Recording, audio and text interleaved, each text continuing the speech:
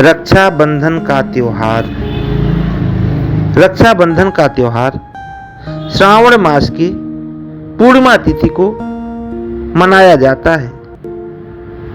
शास्त्रों में ऐसी मान्यता है कि इसी दिन भगवान श्री कृष्ण की अंगुली में चोट लगने पर द्रौपदी ने अपनी साड़ी से चीर को फाड़ करके भगवान कृष्ण की अंगुली में बांधी थी। तो भगवान श्री कृष्ण ने वचन दिया था कि जब भी जरूरत पड़ेगी इस रक्षा सूत्र के बदले में मैं तुम्हारी सहायता करूंगा। चीर हरण के समय जब द्रौपदी ने भगवान श्री कृष्ण को याद किया तो भगवान श्री कृष्ण ने बदले में वहां पहुंचकर चीर के स्थान पर द्रौपदी की साड़ी को बढ़ा दिया था। दूसरी कथा यह भी मिलती है कि जब भगवान विष्णु ने वामन अवतार में ब्राह्मण का रूप धारण करके दैत्यराज बलि के यहाँ पधारे थे और वहां पहुंच करके जब बलि को यह पता चला कि भगवान विष्णु खुद हमारे यहाँ याचक के रूप में, भिखारी के रूप में यहाँ आए हुए हैं, उनसे मेरा अनिष्ट हो सकता है, यह जानते हुए भी उसने भगवान विष्णु को, वामन को 3.5 पग देने का वचन दिया था। जब विष्णु ने, भगवान वामन ने अपने शरीर को बढ़ा करके आकाश, पाताल और मृत्यु लोक को नाप लिया, तब विष्णु ने प्रसन्न होकर के बलि से कहा था कि मैं तुम्हारे ऊपर प्रसन्न हूं। तुमको यह सब पता था कि मैं ऐसा करूंगा, फिर भी तुमने अपने वचन से मुख को नहीं मोड़ा, तो मैं प्रसन्न होकर के तुम्हें पातालपुरी का राजा बनाता हूं और यदि तुम चाहो तो मुझसे इसके अलावा और कुछ भी वरदान मांग सकते हो। तब बलि ने हाथ जोड़ करके कहा, हे प्रभु, यदि आप मुझे पातालपुरी का राजा बनाते हैं तो मैं आपसे वरदान मांगता हूं, आपसे वचन मांगता हूं कि वहां का जो महल है, जो राजमहल है जिसमें 51 दरवाजे हैं, मैं जब सुबह अपने महल से बाहर निकलूं तो सबसे पहले आपके ही दर्शन हों।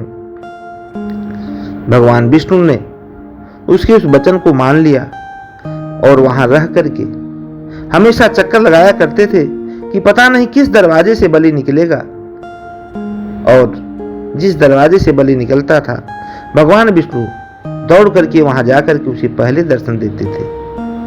और इस तरह से बलि के दरबार में, बलि के महल के बाहर भगवान विष्णु बंधन में बंधे हुए पड़े थे। इधर लक्ष्मी विष्णु की अनुपस्थिति में बहुत उदास रहा करती थी, वो जगह जगह विष्णु को खोज रही थी।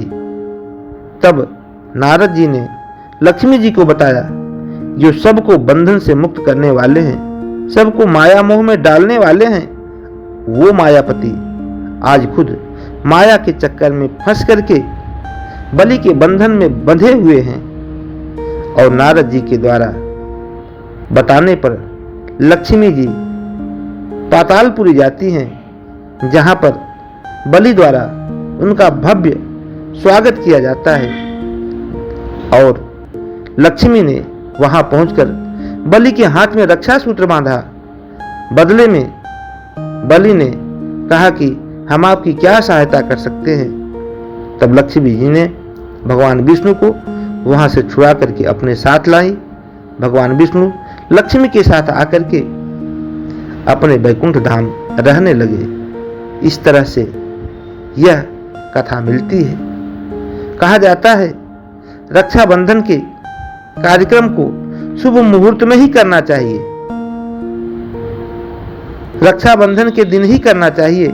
लेकिन विशेष ध्यान देने वाली बात यह है कि उस दिन भद्रा तिथि ना हो। हमारे शास्त्रों में ऐसा वर्णन मिलता है कि भद्रा तिथि में रक्षाबंधन और होलिका दहन के कार्यक्रम को किसी भी कीमत पर भी नहीं करना चाहिए। भद्रा शनि की बहन है, सूर्य की पुत्री है, ये जहां भी रहती है, इनका समय अथवा इस समय में, भद्रा के समय में जो भी कार्य किया जाता है वह अशुभ होता है, अनिष्ट होता है, दुख देने वाला होता है, और इसीलिए इस समय कोई भी शुभ काम नहीं किया जाता है। शास्त्रों में ऐसा भी वर्णन मिलता है कि रक्षाबंधन के दिन भद्रा काल में रावण की बहन शूर्पणखा ने रावण को रक्षा सूत्र बांधा था, जिसका परिणाम ये हुआ अजय रावण अपने पूरे परिवार के साथ युद्ध में मारा जाता है, उसका अस्तित्व समाप्त हो जाता है। इसीलिए भद्रा के समय में रक्षाबंधन का कार्यक्रम किसी भी कीमत पर संपन्न नहीं किया जाता। इस वर्ष 2023 में रक्षाबंधन का त्योहार 30 अगस्त को पड़ रहा है। पूर्णिमा 30 अगस्त और 31 अगस्त को पड़ रही है। 30 अगस्त दिन के 10:58 से पूर्णिमा लग रही है, जो कि अगले दिन 31 तारीख को 7:46 तक रहेगी। लेकिन 30 तारीख दिन बुधवार को ही भद्रा का समय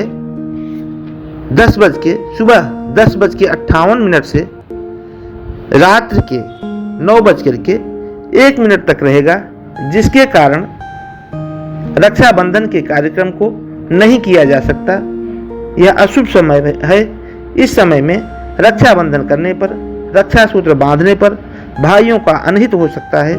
इसलिए किसी भी कीमत पर इस समय अर्थात सुबह 10:58 से रात्रि के 9:01 तक किसी भी कीमत पे रक्षाबंधन के कार्यक्रम को नहीं करना है।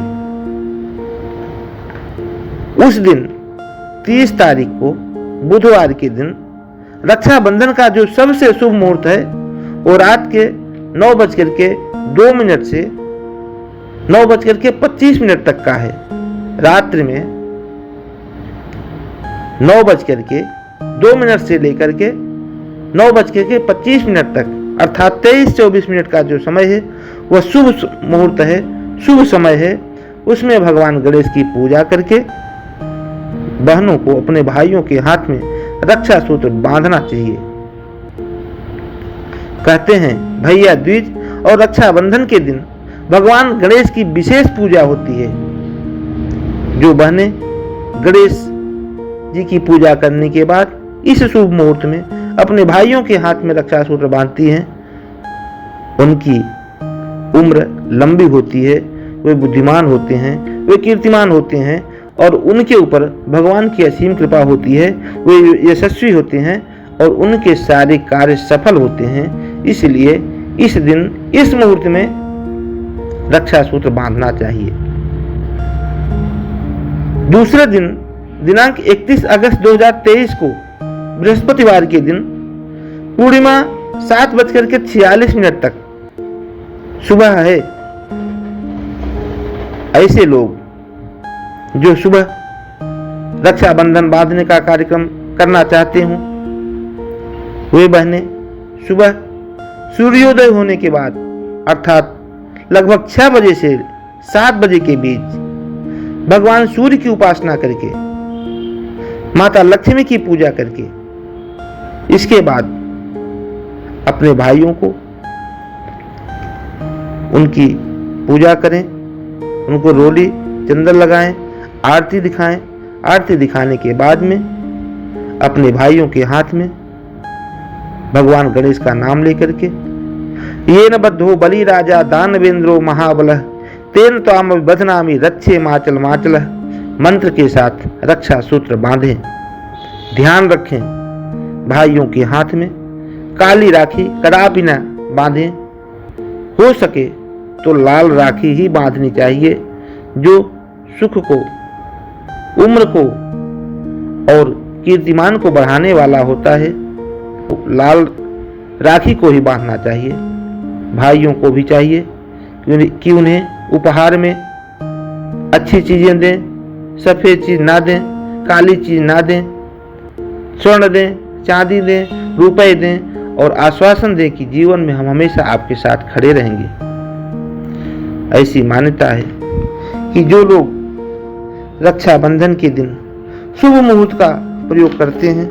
शुभ मुहूर्त में अपने भाइयों को रक्षा सूत्र को बांध करके उनके मुंह को मीठा करती हैं तो उनके जीवन में खुशहाली रहती है, उनके भाई यशस्वी होते हैं, दीर्घायु को प्राप्त होते हैं और हमेशा प्रसन्न रह करके अच्छा जीवन जीते हैं। इसलिए शुभ मुहूर्त में ही रक्षाबंधन के कार्यक्रम को संपन्न करना चाहिए। बोलिए कृष्ण भगवान की जय, बोलिए विष्णु भगवान की जय, बोलिए गणेश जी महाराज की जय।